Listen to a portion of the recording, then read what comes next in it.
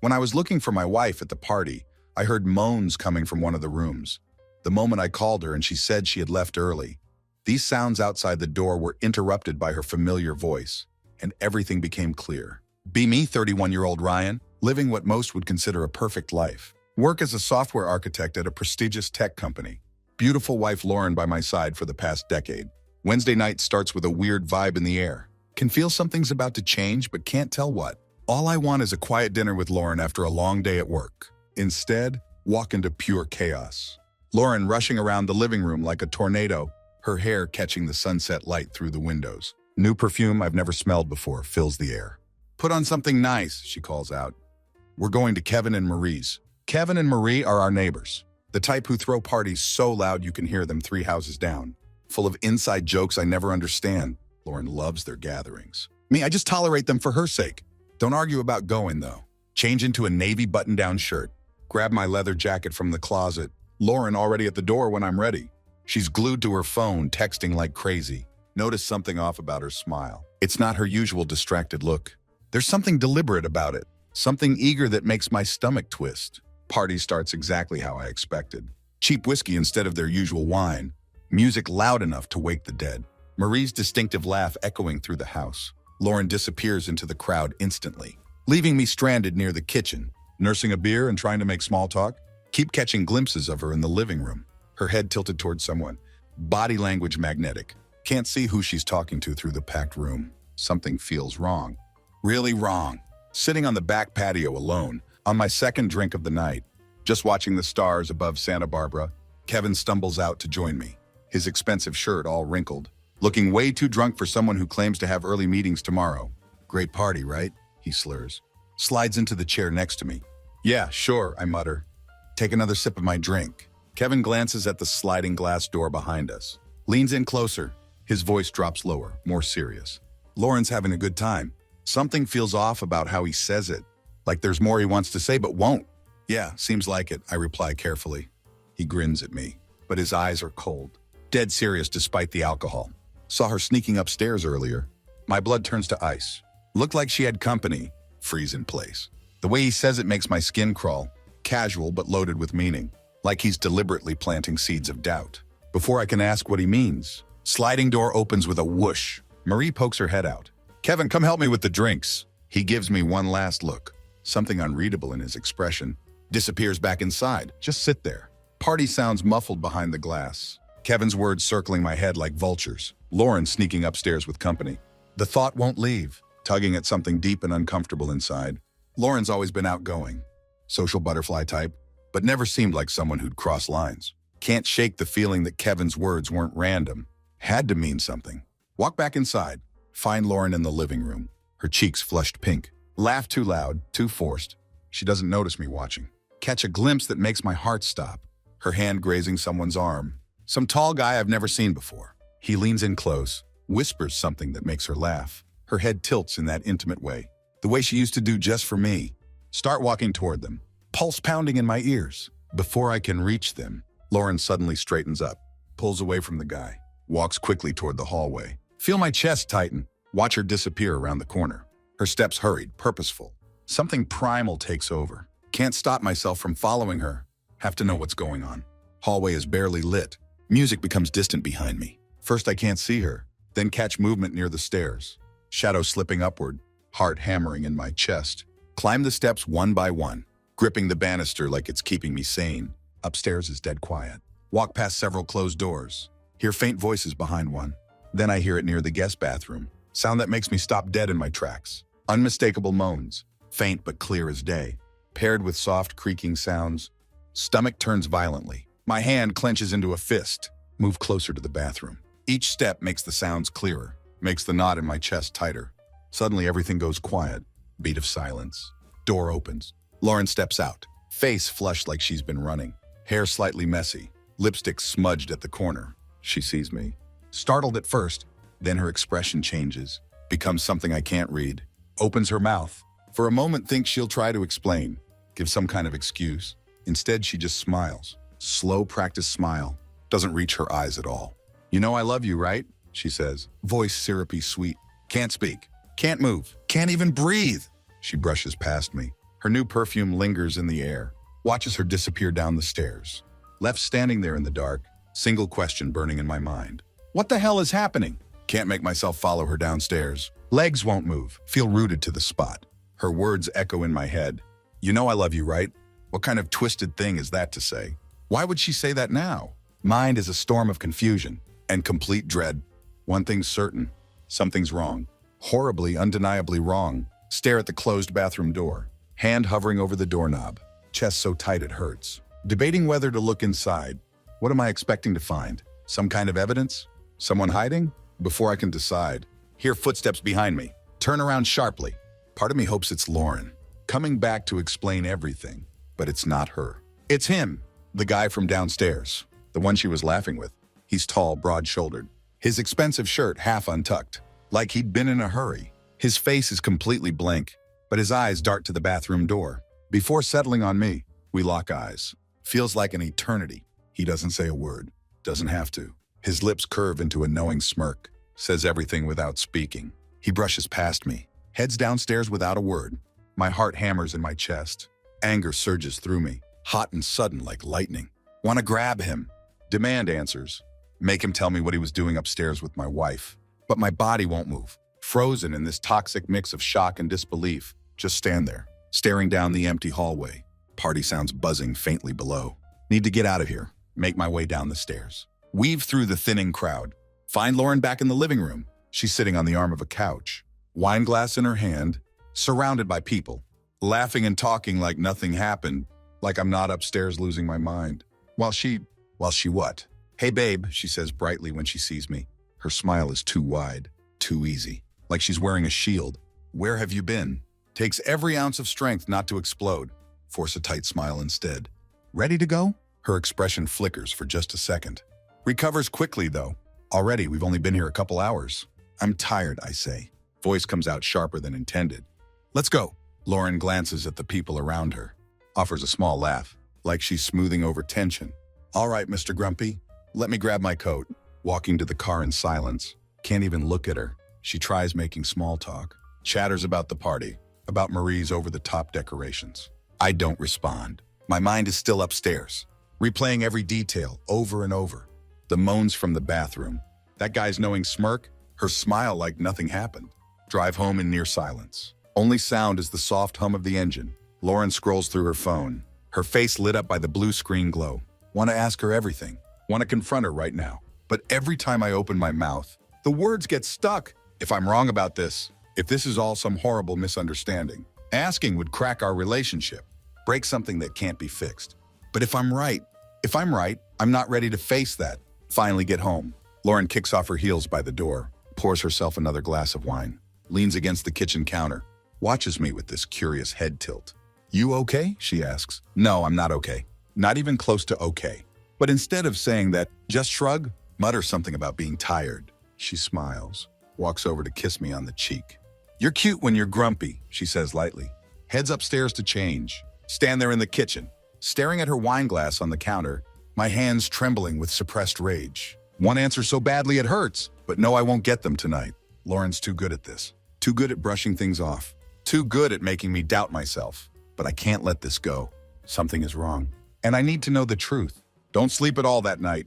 Lauren passes out almost immediately, her breathing slow and steady. Like tonight was just another party, just another glass of wine, just another normal night in our ordinary life. But nothing feels ordinary anymore. Lay awake staring at the ceiling. Events of the night running on endless loop in my mind. Every time I close my eyes, see her stepping out of that bathroom, smirking, untouchable, spinning those words like some kind of spell. You know I love you, right? Was that supposed to calm me? Reassure me? Feels more like a warning, like she's making excuses in advance for something she knows I might discover. By 3 a.m. can't take it anymore. Slip out of bed carefully. Try not to wake her. Creep downstairs. Need to think. Need to breathe. Need to figure out what's happening. Sit at the kitchen table. Stare at my phone. Thumb hovering over Lauren's social media apps. Her messages. Her emails. She's usually careful with her phone. But tonight she didn't lock it. Too tired, maybe. Or too confident I wouldn't look. Hate myself for even considering this. This isn't who I am. I trusted my wife. Or at least I had until tonight. Now that trust feels like a thread about to snap. Unlock her phone.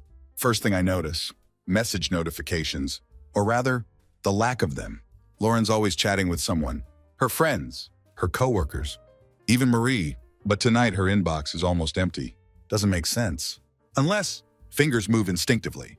Opening her apps one by one, everything's clean, too clean, like she went through and scrubbed it all. Before bed, even her search history is wiped. No, this isn't normal for her. About to give up when I notice something. Buried in her photo gallery. Folder titled Work Stuff. Lauren never mixes personal and professional. Not on her phone. Open it. First think it's empty, then see the hidden files icon. Heart pounds as I tap it. Folder isn't full of work documents. It's full of pictures. Pictures of Lauren at restaurants, in cars, in hotel rooms. None of them include me, and in most of them, she isn't alone. The man from the party, the one with the smirk, appears in several photos, his arm casually over her shoulder, his face close to hers. One photo stops me cold. It's from 2 nights ago. Lauren sitting on edge of a bed, wearing nothing but an oversized shirt. I don't recognize. She isn't looking at the camera, expression soft, almost shy. Like she's been caught in an intimate moment. My hands shake so badly, nearly drop the phone. Sit there for what feels like hours, just staring at the screen. World tilting beneath me. Every picture feels like a dagger to the chest, each one confirming what I was afraid to admit. Lauren is cheating. But who the hell is this guy? How long has this been going on? Scroll back through the photos. Looking for clues? Looking for anything. That might explain how the woman I thought I knew has been living a double life. Find timestamps. Locations? Even a few blurred screenshots of conversations. Can't make them out clearly. Want to confront her right now. Want to wake her up? Demand the truth. But something holds me back. She'd deny it. She'd twist it. She'd find a way to make me doubt myself again. No, I need more.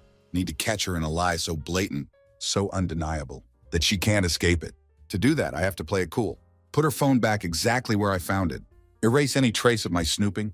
Sit there in the dark, staring out the window. Weight of her betrayal settling over me, like a suffocating blanket. Tomorrow, I tell myself. Tomorrow I'll get the truth. Next morning, Lauren is all sunshine and small talk. Acting like nothing happened, she hums while pouring coffee, scrolls through her phone, like it's just another lazy Saturday. But to me, every gesture, every word, every flicker of her expression feels staged. The Lauren I thought I knew has been replaced by a stranger. You slept in, she says, smiling over her coffee mug. Yeah, I reply. Keep my voice even. Needed it, I guess. She doesn't notice how tightly I grip the counter, or how I avoid meeting her eyes. Or maybe she does, and just doesn't care. What do you want to do today? She asks. Want to scream.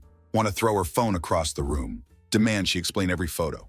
Every late-night text. Every smug smile I'd seen the night before. Instead, force myself to smile. Not sure yet. What about you? Marie mentioned hitting the farmer's market, she says casually. Glances at her phone. Might do that, or maybe just stay in and relax. It's been a busy week. A busy week. Sure, if sneaking off with some guy counts as busy. Just nod. Keep my tone neutral. Sounds good. Let me know if you want company. Her smile tightens just a fraction. For the first time I see it. Hesitation. Oh, you'd probably be bored. Just girl stuff, you know. There it is. The first crack. Let it go. Pretend to accept her excuse. Inside my mind is racing. If she's planning to meet him again today, need to know. Not going to let her slip away this time. Opportunity comes an hour later. Lauren leaves her phone on the kitchen counter. Goes to grab a shower. Don't have much time, but don't need it. Unlock her phone. Open her messages. As expected, main inbox is empty. But there's a hidden folder. Second app disguised as a calculator. Tap it. Stomach churning as it opens. Reveals string of messages. Between her and someone named T. Latest message sent just this morning. T, can't wait to see you. Usual spot. Lauren, of course, 1 p.m. can't stay too long though. You know how it is. You know how it is. The audacity burns like acid in my throat. Check the clock. Just after 11 a.m. If I play this right, can follow her. See exactly where she's meeting him. Slip her phone back into place. Just as Lauren comes downstairs, hair damp and tied in a messy bun. She's dressed casually, leggings and a loose sweater. But something about how she carries herself screams deliberate. Heading out soon? I ask. Careful to keep my tone light. Yeah, probably in a bit, she replies. Not looking at me. All right, I say. Grab my car keys. Think I'll go for a drive? Maybe grab some groceries. You need anything? She shakes her head, barely paying attention, her focus already elsewhere. Leave the house, but instead of driving off, park a block away, tuck my car behind a row of hedges. Wait, heart pounding, until I see Lauren's car pull out of the driveway. She isn't going to Marie's. Follow at a safe distance. Palms slick on the steering wheel. Not sure what I expect. A cafe, a hotel, somewhere discreet and out of the way. But when she pulls into Lincoln Park, feel a pang of confusion. A park? Park farther down the street. Watch as she gets out of her car. She doesn't look around, doesn't hesitate. Walks straight toward a secluded bench at the edge of a wooded area. Steps quick, almost eager, and there he is. The man from the party, the one from the photos, already waiting for her. Hands stuffed in his jacket pockets. Lauren's face lights up when she sees him. The way she moves toward him, like she can't close the distance fast enough. Tells me everything I need to know. Stay in the car, gripping the steering wheel so hard, my knuckles turn white, heart pounding as I watch them talk. Laugh, lean into each other, like it's the most natural thing in the world. Then it happens. She reaches up, brushes her hand along his jawline, and kisses him. My stomach drops. Vision blurs with rage and heartbreak. This isn't just some fling. This isn't just a mistake. The intimacy in that kiss, the familiarity, the ease, it's clear this has been going on for a long time. Want to storm out of the car? Want to confront them? Want to tear this whole charade apart? But don't. Not yet.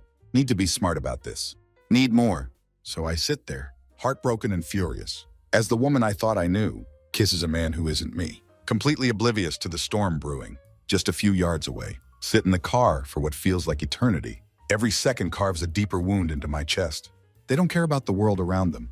Don't care about people walking their dogs or the joggers passing by. Lauren's hand lingers on his arm. His fingers brush against her cheek. They laugh in a way that makes me want to scream.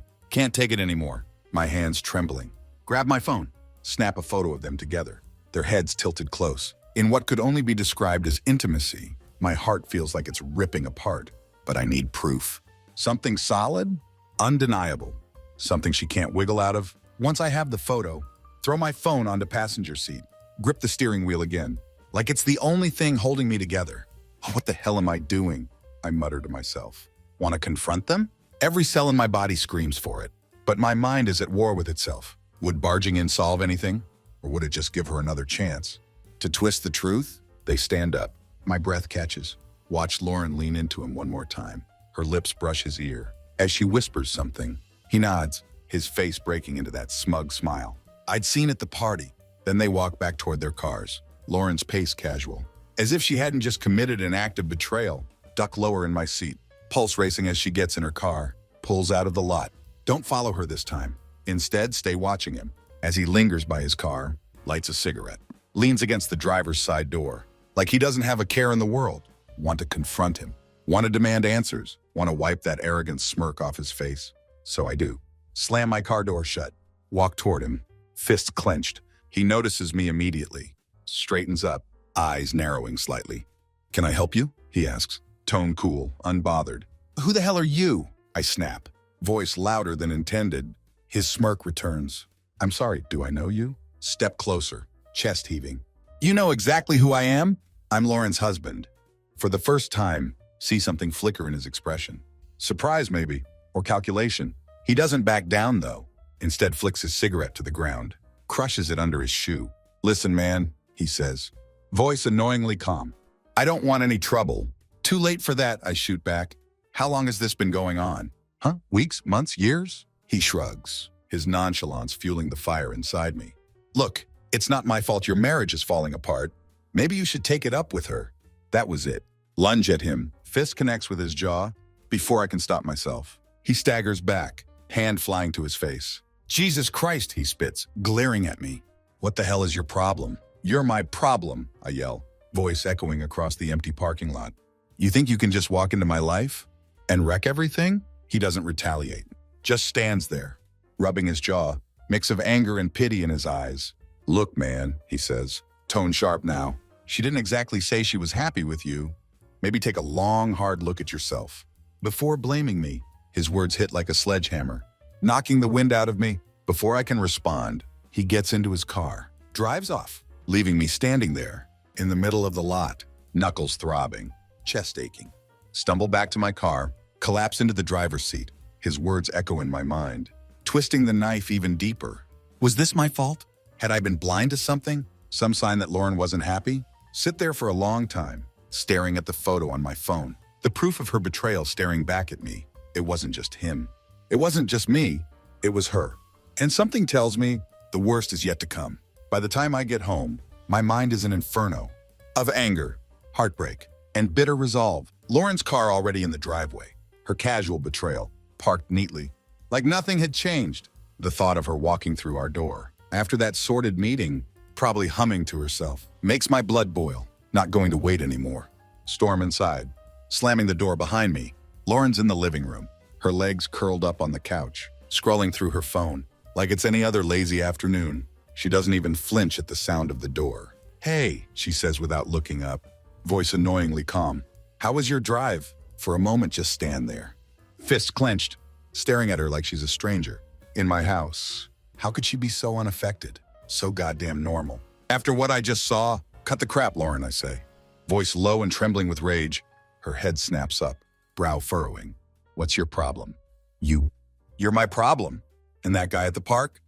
See the flicker in her expression. Briefest moment of surprise, before she smooths it over. With practiced indifference. "I don't know what you're talking about," she says, setting her phone down. "Don't lie to me," I shout, voice echoing off the walls. "I followed you, Lauren. I saw you with him. I have the photos." Her face freezes for a fraction of a second, but then she laughs. Actually laughs. "You followed me?" she says, tone dripping with mockery. "What the hell is wrong with you, Ryan? Are you some kind of stalker now? You don't get to twist this around on me," I shoot back, my hands shaking with rage. "You were with him at the park? Kissing him like you don't have a husband waiting at home. Don't you dare try to play innocent?" Lauren rolls her eyes, stands up, crosses her arms. "So what if I was," she says, voice sharp now, cutting through me like a knife. "Is that what you want to hear? That I've been seeing someone? Fine, I have. You happy now?" Her words hit me like a freight train, even though I'd seen it with my own eyes. Hearing her admit it, just like that, with no apology, no regret, leaves me reeling. "How long?" I ask. Voice hoarse. She shrugs, as if the question bores her. "A few months. A few months," I repeat. The room's spinning. "You've been lying to me for months, sneaking around with some nobody, and you think this is okay? Don't act so high and mighty," she snaps, tone venomous.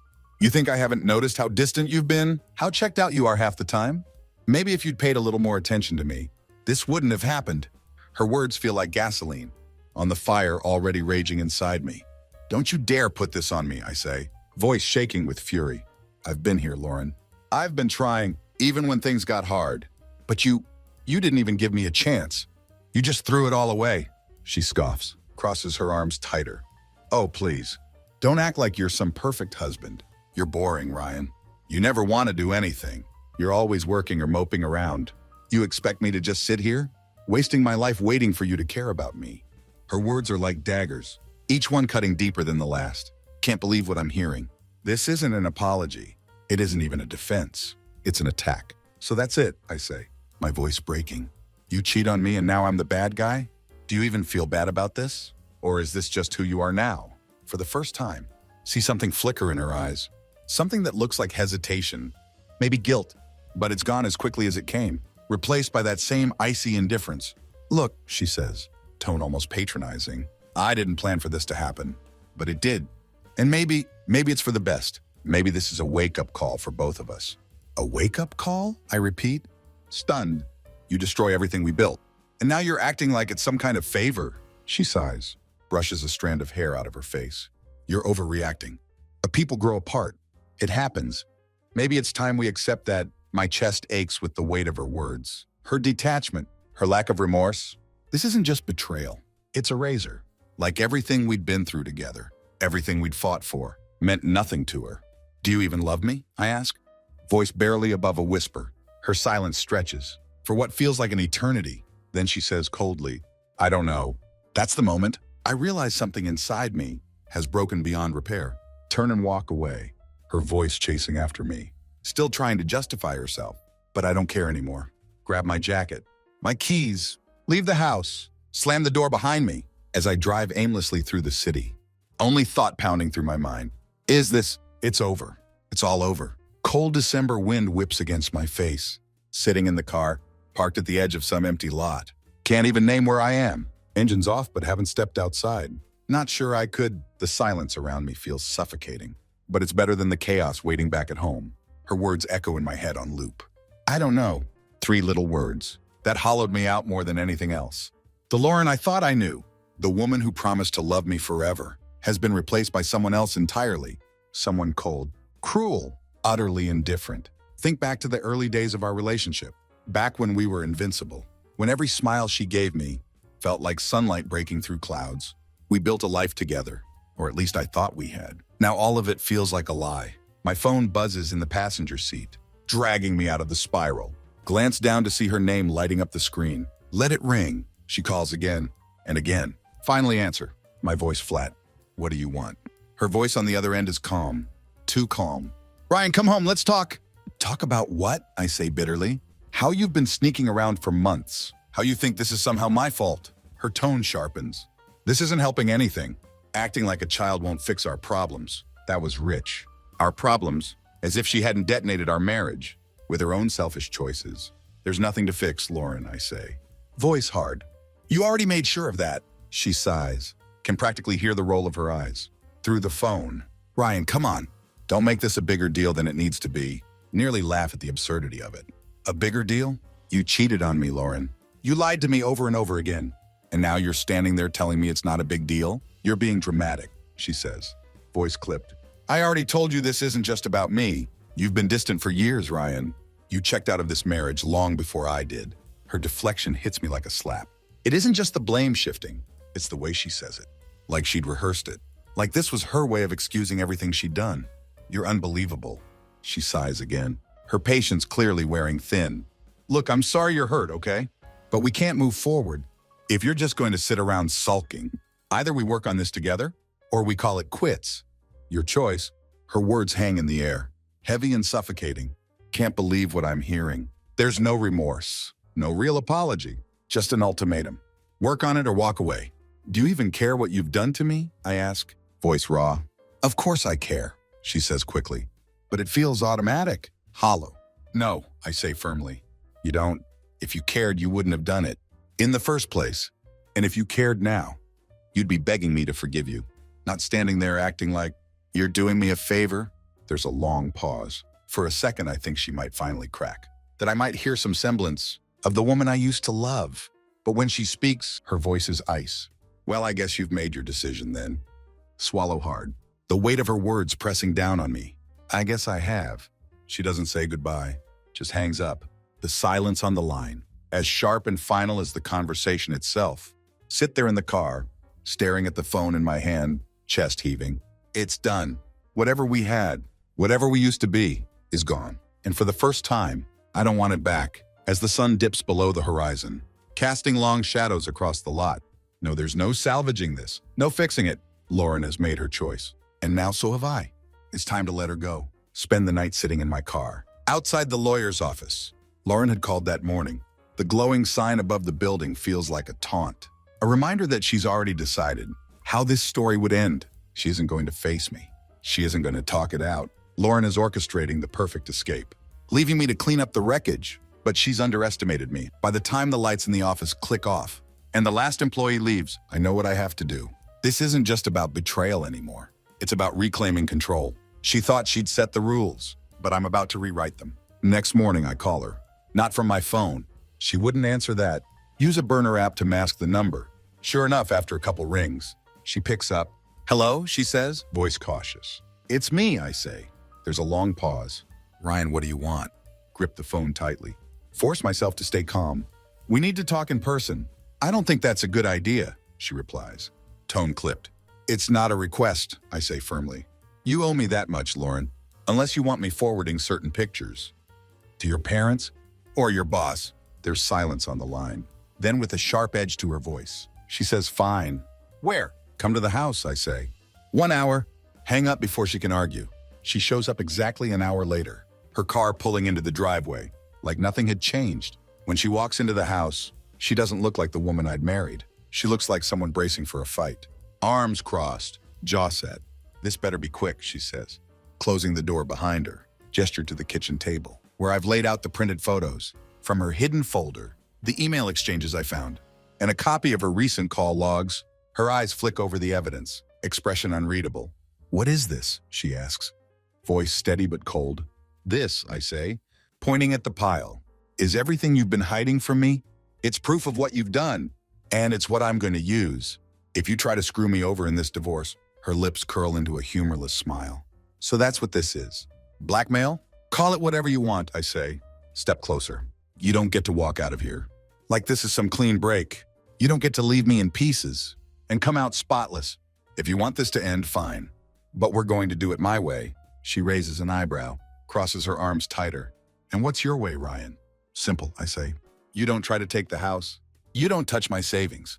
You don't even think about trying to spin this around on me. You pack up what's left of your things and disappear. You get your new life, Lauren, but you don't take a single piece of mine with you. She stares at me, her jaw tightening. For the first time, I see a crack in her confidence. You think you can bully me into this? I've already talked to a lawyer. You're not getting out of this clean, Ryan. Lean in, voice low and cutting. You can try. But I wonder how your new boyfriend would feel if his name came up in court, or better yet, if the pictures of you two kissing in the park ended up online. Her eyes widen just a fraction, but it's enough to tell me I've struck a nerve. You're disgusting, she spits. No, Lauren, I say, stepping back. You are, and you don't get to play the victim here, not after what you've done. She stands there silent, face a mask of barely contained fury, finally grabs her purse, storms toward the door. You'll hear from my lawyer, she says. Over her shoulder, slams the door behind her. Don't feel relief after she leaves. Don't feel anything at all. Just a hollow, gnawing emptiness. No, this isn't the end. Lauren isn't the kind of person to back down. Not sure if I've done enough to stop her, but for the first time, feel like I have something to hold on to. Something she can't take away from me. I'm not going to let her win. The silence in the house after Lauren left is deafening. Sit at the kitchen table, staring at the pile of evidence I'd laid out, feeling the weight of everything I'd just done. I had stood my ground, taken control, but the victory doesn't taste the way I thought it would. It's bitter. Feel like a stranger in my own life, trying to piece together how it had all fallen apart so quickly. Just days ago, thought we were still a team, still building something together. Now I'm here, alone in an empty house, waiting for the next wave of destruction. By the afternoon, the text started. First one from an unknown number. What kind of man threatens his wife? Grow up, Ryan. Stare at the message, hands tightening into fists. Lauren, she can't even confront me herself. Has to hide behind snide little messages. Few minutes later, another text comes through. This one clearer.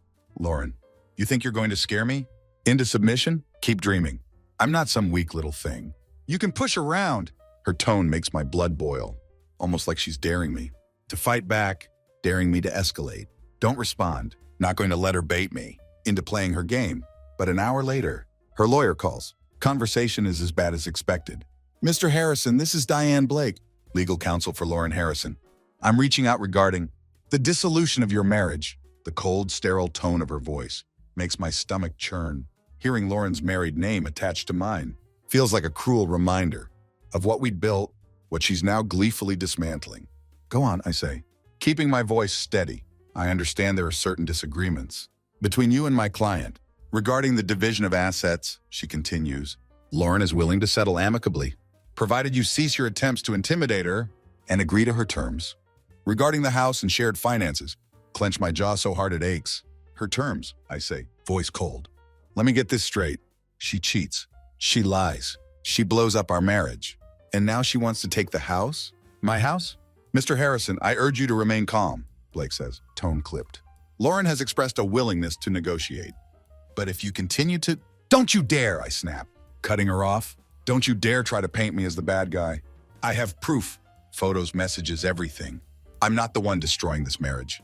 And I sure as hell won't let her walk away with everything. While she laughs in my face, there's a brief pause on the line. When Blake speaks again, her tone is measured but icy. If you have evidence, Mr. Harrison, you're welcome to present it in court. However, Lauren's position remains unchanged. I suggest you consider this carefully. Before things escalate further, call ends shortly after, leaving me seething. That evening, Lauren texts again. Lauren, really? Bringing a lawyer into this? You're pathetic. Stare at the screen, her words vibrating in my chest. Like a live wire, how could she be so brazen? So completely devoid of shame or guilt. Can't hold it in anymore. Reply, me? You destroyed us. And now you want to play the victim. Go to hell, Lauren. Her response comes almost instantly. Lauren, we were destroyed long before this, Ryan. You just didn't notice. Throw my phone across the room. The crash echoes through the empty house. Her words sting more than I want to admit. Was there truth in them? Had I been blind to what was happening between us? Or was this just another excuse? Another way for her to absolve herself of guilt? The house feels suffocating, filled with too many memories. Too many ghosts of the life we'd shared. Grab my keys and leave. Drive aimlessly through the city, trying to clear my head. Around midnight, park at a diner on the edge of town. Sit at the counter, staring at a plate of food I don't touch. My thoughts circling endlessly. What am I supposed to do now? Lauren isn't just leaving me. She's dismantling me piece by piece, and she isn't even hiding it. She's brazen, almost gleeful in her cruelty. But I'm not going to let her win. If she wants war, she'll get it. Next morning, wake up. In the dingy motel I checked into the night before. Air smells faintly of mildew. Thin curtains do little to block out the harsh sunlight. My body feels heavy, weighed down by exhaustion and the crushing reality of my situation. But the fire inside me hasn't gone out. Lauren has drawn the battle lines, and I'm not about to let her steamroll me. If she thought I was weak, thought I'd sit back and let her rewrite the narrative, she was dead wrong. Pick up my phone, start making calls. By midday, I'm sitting across from a lawyer named Matthew Hayes, sharp-eyed man in his late 40s, who has seen more than his share of messy divorces. His office is small but meticulously organized, every surface covered in neat stacks of folders and legal briefs. So let me get this straight, Hayes says, flipping through the notes. He'd scribbled as I explained my situation. Your wife is claiming irreconcilable differences. She's already moved out, and she's pushing for a settlement. That includes the house and a portion of your savings. Exactly, I say, my jaw tight. She's trying to bleed me dry, and she's doing it with the guy she's been cheating on me with. Hayes nods, his pen tapping against the desk.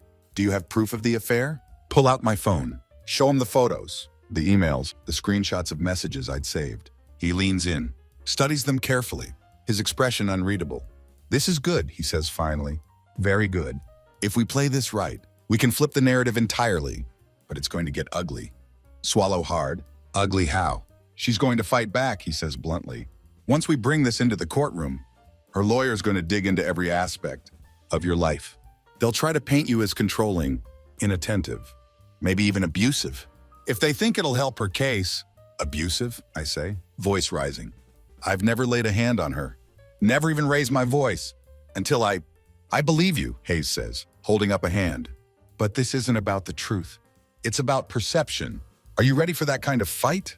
Hesitate, weight of his words sinking in. Am I ready for this?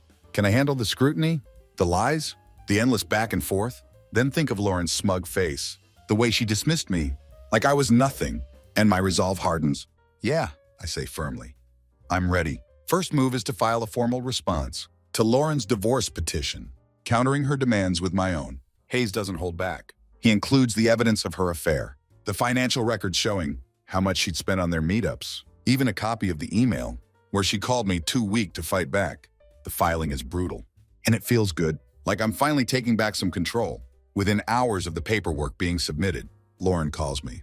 You filed a counter petition? She hisses, voice sharp enough to cut glass. You're damn right I did, I say, tone cold. What did you think was going to happen, Lauren?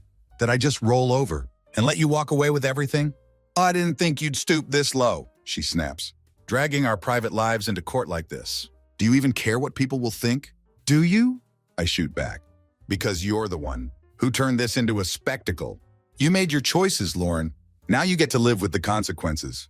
There's a pause on the line for a brief moment. Think I'd gotten through to her. But then she laughs, a cold, humorless sound. That sends a chill down my spine. You have no idea what you've just started, she says. If you think this is over, you're in for a rude awakening. The line goes dead, leaving me gripping the phone, so tightly my knuckles turn white. Over the next few days, the fallout begins. Lauren and her lawyer fire back with their own demands, accusing me of being emotionally neglectful and financially controlling. The accusations are baseless, but they sting all the same. Her lawyer also sends a cease and desist letter regarding the photos, warning me not to use them publicly or as leverage. Forward it to Hayes, who assures me it's just a scare tactic. Meanwhile, Lauren's true colors begin to show. Mutual friends start reaching out, telling me about the stories she's spreading, how I'd driven her away, how she'd felt trapped for years. She's painting herself as the victim, Marie tells me. During one late-night call, it's honestly disgusting, Ryan. We all know what she's been doing. Doesn't matter what the truth is, I mutter. People will believe what they want to believe. By the end of the week, feel like I'm standing in the middle of a battlefield with no end in sight. But even as the walls close in, I refuse to back down. Lauren thought she could rewrite the story, cast herself as the victim, and me as the villain. But I had something she didn't, proof, and I wasn't afraid to use it. The day of the preliminary court hearing arrives faster than expected, though I'd spent every waking moment preparing for it. My lawyer Hayes assures me that the initial hearing won't decide everything. It's more about setting the tone, but I know how important it is. This isn't just a legal battle. It's the first opportunity to shatter Lauren's carefully constructed facade. Sit in the waiting area outside the courtroom, my hands clasped tightly together, leg bouncing with restless energy. Across the room, Lauren sits with her lawyer. She's dressed sharply, in a tailored blazer and heels, her hair pulled back into a sleek ponytail. She looks polished, composed, untouchable. When our eyes meet, she doesn't flinch. Instead, gives me the faintest hint of a smirk, like she still believes she holds all the cards. Turn away, refusing to give her the satisfaction of seeing how much this is eating at me. Once inside the courtroom, the atmosphere turns tense. Lauren's lawyer, Diane Blake, opens the proceedings by listing Lauren's demands. The house, a sizable portion of my savings, and spousal support. She paints a picture of Lauren as the victim of an unfulfilling marriage, claiming that my emotional distance and financial control had left her no choice but to seek a fresh start. Sit there, my blood boiling, as Blake skillfully twists the narrative to suit Lauren's agenda. When it's our turn, Hayes doesn't hold back. He presents the photos, the messages, and the financial evidence that Lauren had been funneling our joint money into secret meetups and gifts for her lover. Your Honor, Hayes says, his voice calm but commanding. This is not a case of irreconcilable differences. This is a case of betrayal, deception, and financial misconduct. My client has not only been wronged emotionally, but also financially, as his wife has used shared assets to fund an ongoing extramarital affair. The judge's eyes flick toward Lauren, his expression neutral but sharp. Blake immediately objects, claiming that the evidence is irrelevant to the division of assets. Hayes counters smoothly. With all due respect, Your Honor, the evidence speaks directly to my client's argument that Mrs. Harrison is not entitled to the marital assets she's demanding. She forfeited her moral and financial obligations when she prioritized her affair over the sanctity of their marriage. The courtroom falls silent as the judge considers the arguments. Lauren shifts uncomfortably in her seat, her composure cracking ever so slightly. After the hearing, walk out of the courthouse, feeling a strange mix of exhaustion and triumph. The judge hadn't made any final rulings, but Hayes assured me that the evidence had landed hard. Lauren's demands had been challenged, and her lawyer was forced to pivot, to damage control. As I stand outside, staring at the courthouse steps, Lauren approaches me. For a moment, thinks she might apologize, might offer some semblance of remorse. Instead, she leans in close, voice low and venomous. You're playing dirty, Ryan. You think humiliating me in court is going to fix anything? Stare at her, my face blank. No, I say evenly, but it's going to stop you from taking everything I worked for. She narrows her eyes, her jaw tightening. You're going to regret this. Step back, shaking my head. The only thing I regret is wasting 10 years on someone who could stab me in the back without blinking. She doesn't respond, just turns and walks away, her heels clicking sharply against the pavement. That night, sit at the kitchen table, staring at the pile of legal documents Hayes had given me to review. The house feels quieter than ever, weight of everything pressing down on me.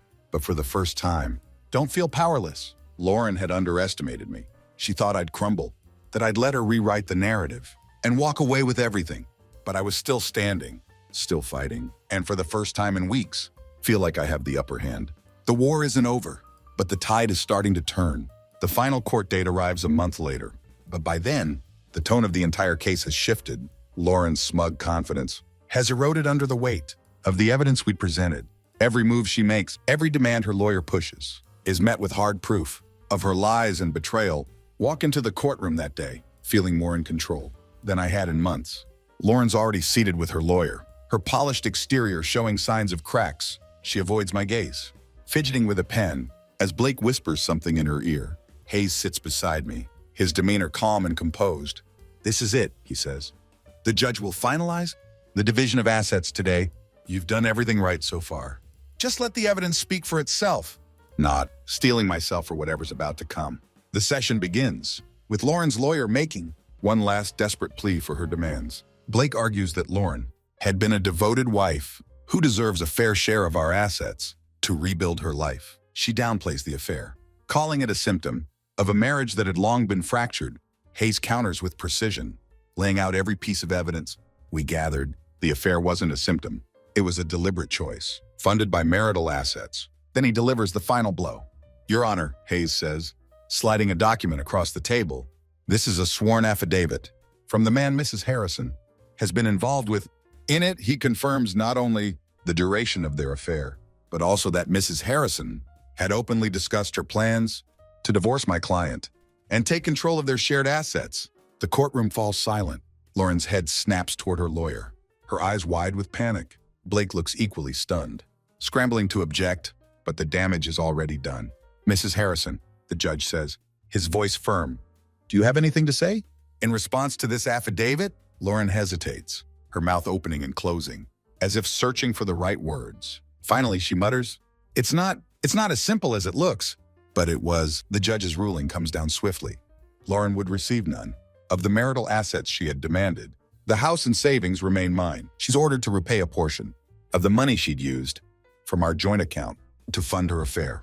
And most importantly, her attempts to vilify me had been exposed for the manipulative lies they were. After the session ends, Lauren storms out of the courtroom without a word. Watch her go, feeling a strange mix of relief and sadness.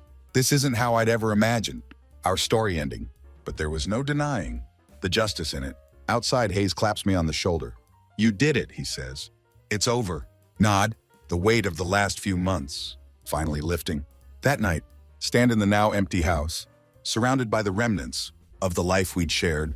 Lauren's things are gone, and so is the pain of holding on to something that had been broken for far too long. For the first time in months, allow myself to breathe. This wasn't the ending I wanted, but it was the one I needed. Lauren's betrayal had shattered me, but it had also forced me to confront truths I'd ignored for too long. I'd learned to stand up for myself, to fight for what mattered, and to let go of what didn't. As I sit on the couch, staring at the quiet, empty space around me, feel something I hadn't felt in a long time. Freedom. Don't know what the future holds, but know one thing for sure. Won't waste another second on someone who didn't value me. And for the first time, feel like I can finally move on. This isn't just the end of my marriage. It's the beginning of something new, something better, something mine.